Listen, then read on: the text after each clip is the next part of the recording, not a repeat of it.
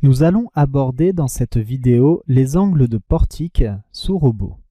Pour manipuler les éléments de cette vidéo, vous allez utiliser donc votre fichier qui s'appelle vérification projet.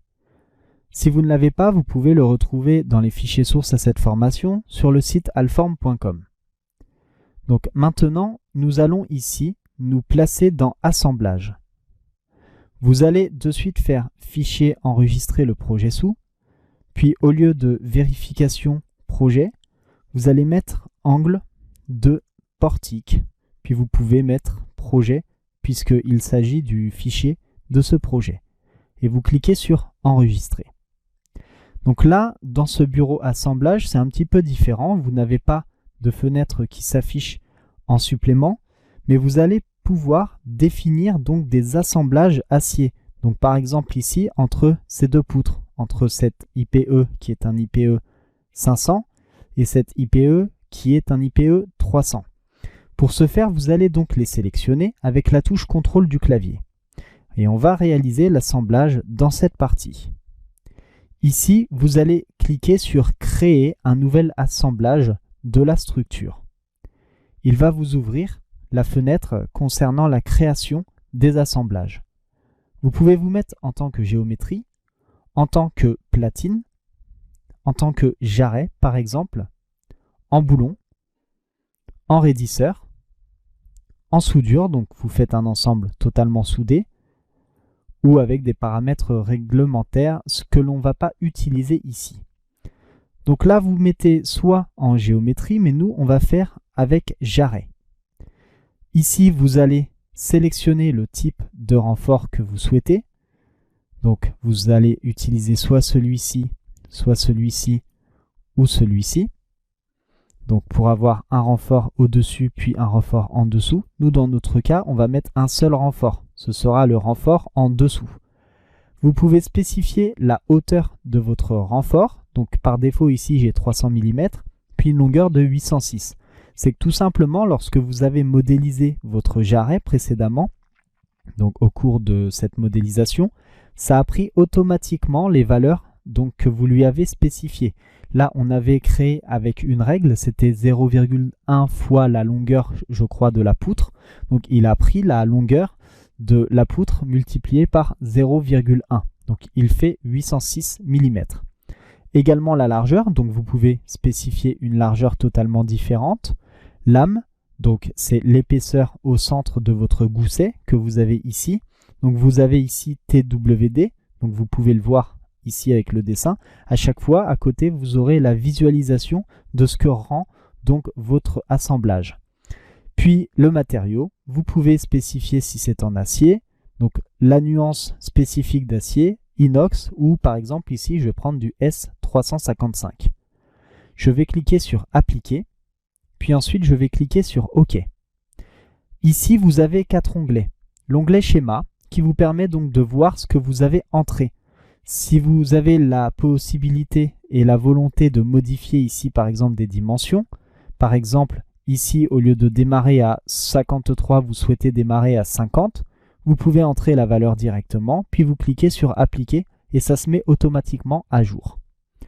Ensuite, vous avez la vue dans l'assemblage, donc de ce que ça donne. Donc là, vous avez votre IPE 500, ici vous avez votre IPE 300, et vous avez la jonction entre deux avec un jarret.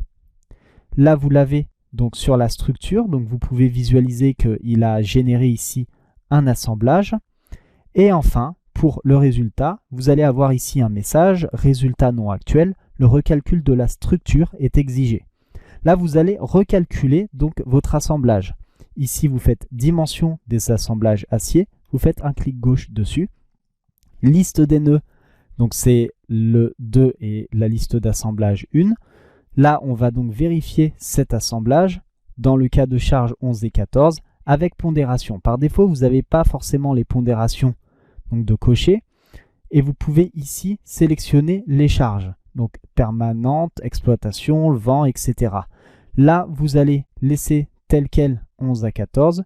Puis, non pas de clic sur fermer, vous allez cliquer ici sur calcul. Et il va calculer votre assemblage. Là, par défaut, il vous dit, voilà, votre assemblage n'est pas bon. il a un ratio de 1,29. Donc tout simplement parce que peut-être que le gousset n'est pas assez suffisant. Le nombre de boulons, c'est peut-être pas forcément suffisant non plus. Donc vous avez la possibilité de le modifier. Ici, vous allez dans Schéma, dans Vue de l'assemblage ou dans Structure, ou bien même ici, vous faites un double-clic pour revenir ici sur votre assemblage. Donc là, par exemple, vous pouvez mettre une longueur ou une hauteur supplémentaire. Au lieu de 300, je vais mettre 400, comme ceci. Au lieu de 806, ici, je vais mettre 1000, comme ceci. La largeur, au lieu de 150, je vais mettre 200.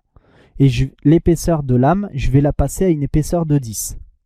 Et l'aile, je vais la passer à une épaisseur de 15. Je vais cliquer sur Appliquer, OK. À ce moment, vous devez relancer un recalcul pour avoir les résultats. Donc vous vous mettez dans Résultats et vous faites ici Dimensionnement, assemblage de la structure. Vous cliquez sur Calcul et ça va recalculer. Donc là, vous n'êtes toujours pas bon.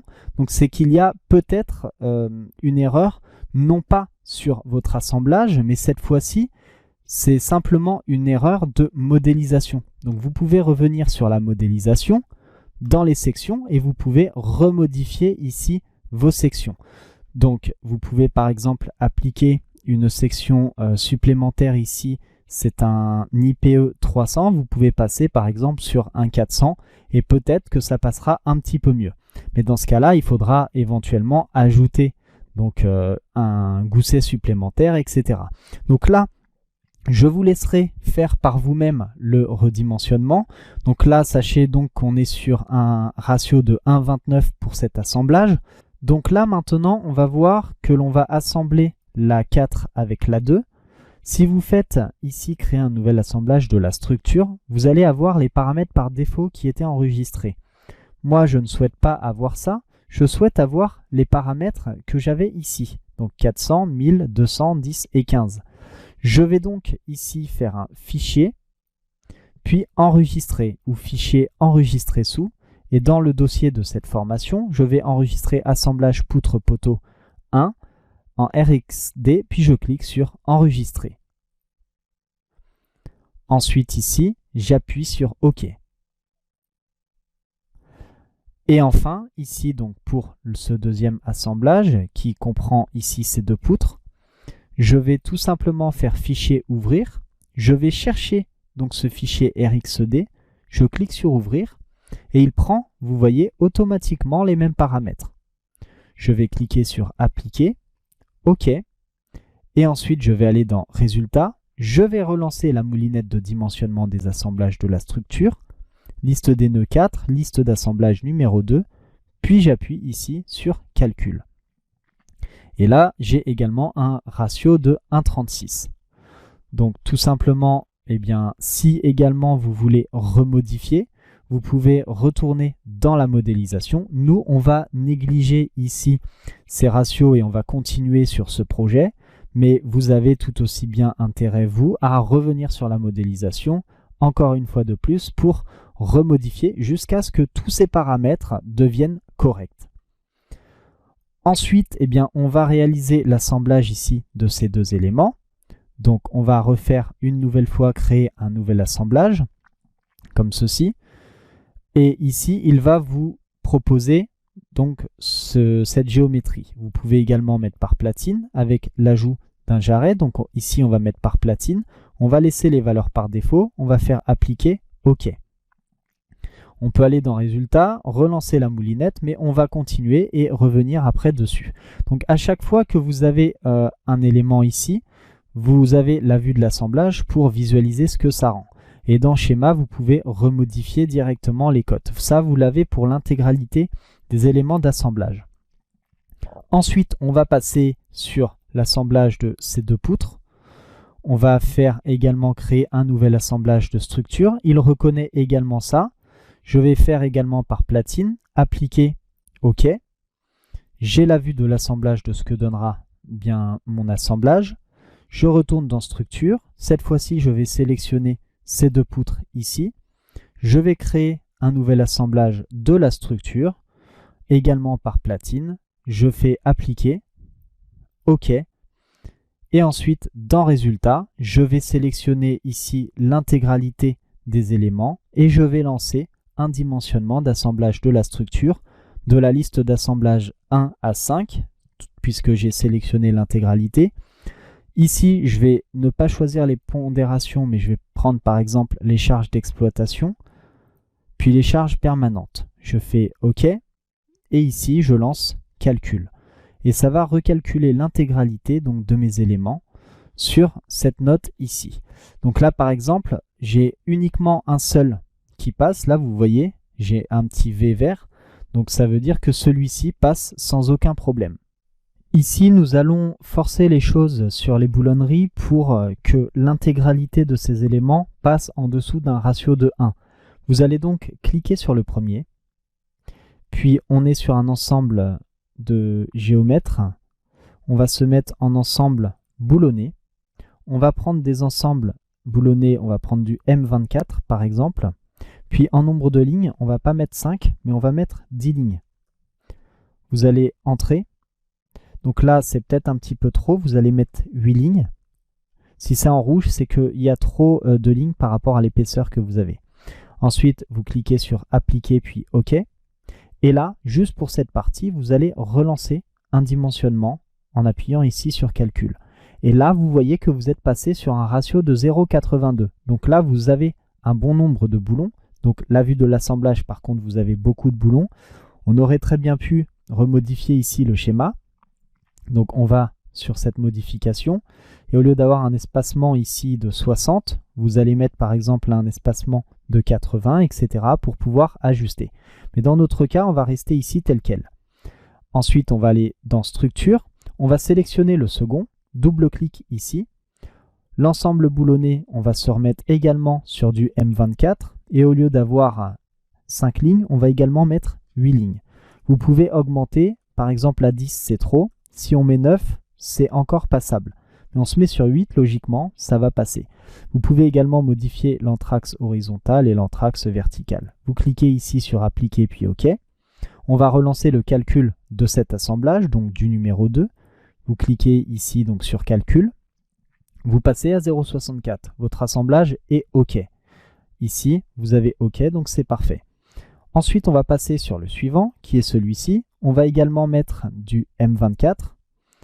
Là, en nombre de lignes, au lieu de mettre 3, on va le doubler, ou mettre le maximum que l'on peut, 4. On va cliquer sur Appliquer, puis OK. Et là, on va relancer également le calcul. Là, on est à 0,92, on est OK. Et enfin, on passe sur le dernier. On met du M24 en 8,8. Ici, on va passer sur 4 lignes également. On va cliquer sur Appliquer, puis sur OK. Et on va enfin relancer le calcul pour cet assemblage. Et là, l'intégralité des assemblages sont en statut OK, c'est-à-dire que tout votre ensemble boulonné est parfait, il fonctionne et il est bien dimensionné. Je vous remercie d'avoir suivi cette vidéo et je vous dis à tout de suite pour la suite de cette formation.